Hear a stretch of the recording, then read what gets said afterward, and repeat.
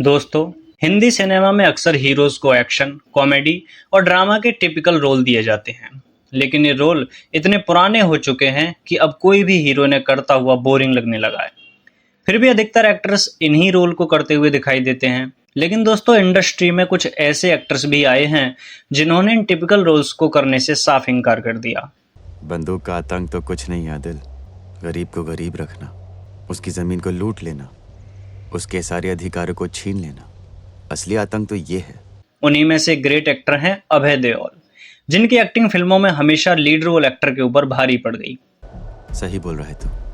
चलिए आज जानते हैं उनके अर्ली लाइफ, कंट्रोवर्सीज और फिल्म करियर के बारे में। दोस्तों, अभय देओल का जन्म 15 मार्च 1976 को मुंबई में हुआ था। उनके पिता का नाम है अजीत देओल और मां उषा देओल। वो इंडस्ट्री के ग्रेट एक्टर धर्मेंद्र के भतीजे हैं। मैं भी तेरे खून की कसम खाकर कहता हूँ, एक एक को चुन चुन के मारूंगा, चुन चुन के मारूंगा। और सनी देओल, बॉबी देओल, आशा देओल और आहना देओल उनके कजिन हैं। दोस्तों, अभय देओल स्कूल के दिनों से ही फिल्मों में काम करने का शौक रखते थे, इसलिए वो स्कूल के दिनों से ही थिएटर सीख रहे थे।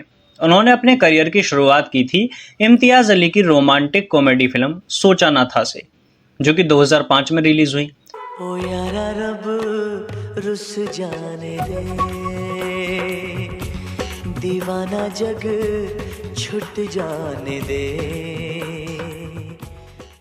अपने शुरुआती दिनों में कुछ इंडिपेंडेंट फिल्म्स बनाने के बाद उन्होंने जोया अख्तर की जिंदगी न मिलेगी दोबारा में काम किया। यह फिल्म एक रोड ट्रिप के ऊपर बनाई गई, जो कि उस समय बॉलीवुड की सबसे ज्यादा कमाई करने वाली फिल्मों में से एक बनी। इस फिल्म में उनकी परफॉर्मेंस ने सबको हिला कर रख दिया था और अभय देओल को बेस्ट सपोर्टिंग एक्टर के लिए फिल्म फेयर से नॉमिनेशन मिला। उसके बाद उन्होंने इंडिपेंडेंट फिल्म्स रोड मूवी और चक्रव्यूह में काम किया। साथ के साथ वो बड़ी सफल फिल्मों रांझना और हैप्पी भाग जाएगी में भी दिखाई दिए। ये क्या कह रही हो? एक्चुअली सही कह रही है। हाँ? एक मिनट मैं समझाता हूँ, please just give me a minute, okay? Hindi film industry के अलावा उन्होंने तमिल सिनेमा में भी काम किया, जहां वो हीरो फिल्म में अभिनय करते हुए दिखाई दिए।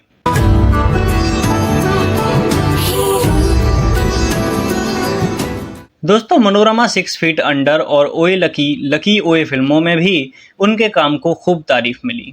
उनके कैरियर को एक नया रुख देने वाला रोल उन्होंने प्ले किया अनुराग कश्यप की ब्लैक कॉमेडी फिल्म देव डी में, जो कि देवदास का एक आधुनिक रूप था।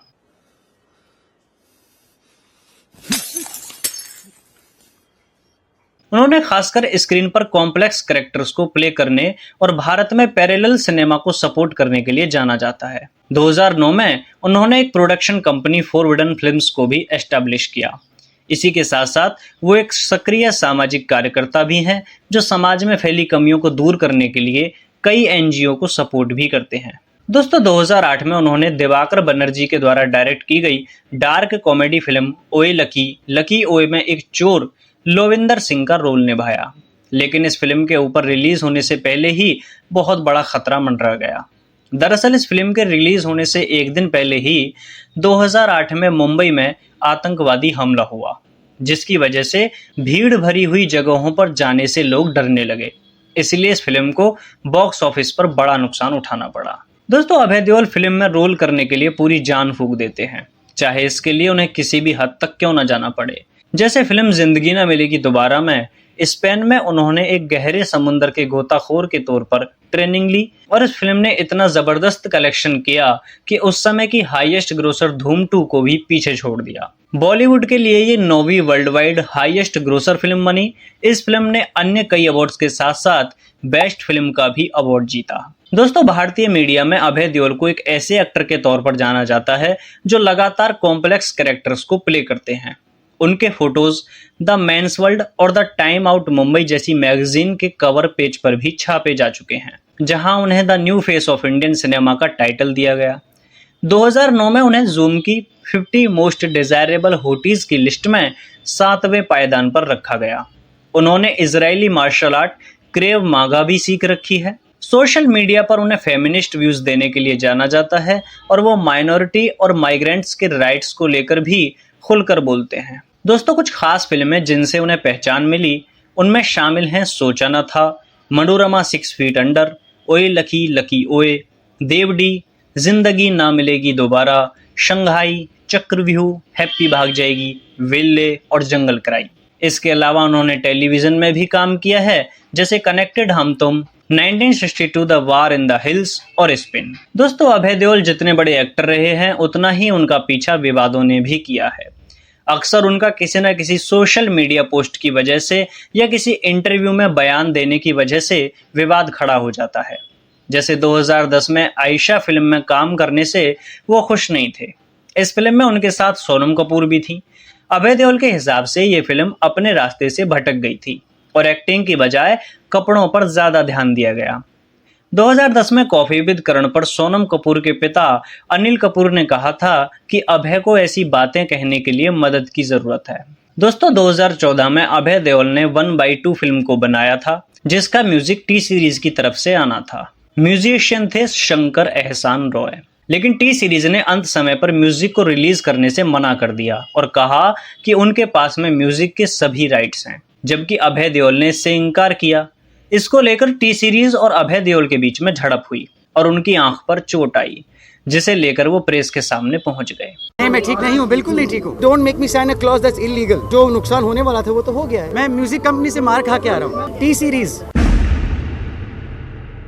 2017 में उन्होंने कुछ खास फिल्म एक्टर्स की निंदा की, ये कहकर कि वो ऐसी क्रीम्स का प्रमोशन करते हैं जिनसे कोई गोरा हो सकता है, जो रेसिज्म को जन्म देती है। इसमें उन्होंने शाहरुख खान, विद्या बालन, दीपिका पादुकोण, सिद्धार्थ मल्होत्रा और शाहिद कपूर जैसे सितारों को निशाने पर लिया। प्रतिक्रिया में सोनम कपूर ने अभय को जवाब देते हुए कहा था कि उनकी बहन ऐशा देओल भी ऐसे ही विज्ञापन करती हैं। 2020 में उन्होंने सोशल मीडिया पर लिखा कि जिंदगी न मिलेगी दोबारा फिल्म, जिसका नाम मैं अक्सर अब भी याद करता हूँ, जो ऐसी फिल्म है कि जब आप तनाव में हो तो उसे देखकर आपको शांति मिल सकती है। उसके सभी अवार्ड्स में मुझे और फरहान को एक सपोर्टिंग एक्टर के तौर पर समझा गया, जबकि ऋतिक और कैटरीना को लीड रोल एक्टर के तौर पर जाना गया। इसका मतलब यह है कि फिल्म मेकर्स उन फिल्मों में हमारे रोल का मूल्य समझ ही नहीं पाए। 2013 में उन्होंने फिल्म रांझना के खिलाफ लिखा कि ये सेक्सुअल हरेसमेंट को प्रमोट करती। इतिहास में हमेशा इसे समाज को पीछे धकेलने वाली फिल्म के तौर पर समझा जाएगा। उन्होंने कहा, बॉलीवुड में रिवाज बन चुका है कि एक लड़के को ऐसा माना जाता है कि उसे एक लड़की का तब तक पीछा करना चाहिए जब तक वह मान न जाए। वास्तविकता में हमने देखा है कि ये सेक्सुअल हरेसमेंट को प्रमोट करता है और ऐसा किया जाना कतई सही नहीं है। इस तरह की घटनाओं को स्क्रीन पर दिखाना समाज के लिए नुकसानदायक है। दोस्तों, आइए अभय देओल के बारे में कुछ दिलचस्प बातें जानते हैं। जैसे एक बार उन्होंने इंटरव्यू में बताया था कि जब वो बच्चे थे तो हमेशा हॉलीवुड फिल्मों में काम करने के बारे में सोचा करते थे। 2014 में उन्हें अपना कर्ज पटाने के लिए अपने जुहू के फ्लैट को गिरवी रखना पड़ गया, जो कर्ज उन पर फिल्म 1/2 बनाने के दौरान हुआ था। दोस्तों, अभय देओल को फिल्म इंडस्ट्री में काम करते हुए लगभग 19 साल हो चुके हैं, लेकिन उन्हें अवार्ड्स से या जनता से ज्यादा पहचान नहीं मिल पाई, क्योंकि वो हमेशा ऐसे रोल करते हैं जो कि शैडी और डार्क टाइप के होते हैं। इसके बारे में एक इंटरव्यू में उन्होंने बात करते हुए कहा था कि वो टिपिकल, रिपीटेड और बोरिंग बॉलीवुड एक्टर्स के टाइप के रोल करना नहीं चाहते। 2023 के एक इंटरव्यू में उन्होंने कहा था कि बचपन में उन्हें फेम से नफरत होने लगी थी, क्योंकि जो लोग फेमस हो जाते हैं मीडिया उनके पीछे पड़ जाती है और आए दिन उनके बारे में कुछ ना कुछ छापती रहती है, जिससे उनकी प्राइवेसी पर अटैक होता है।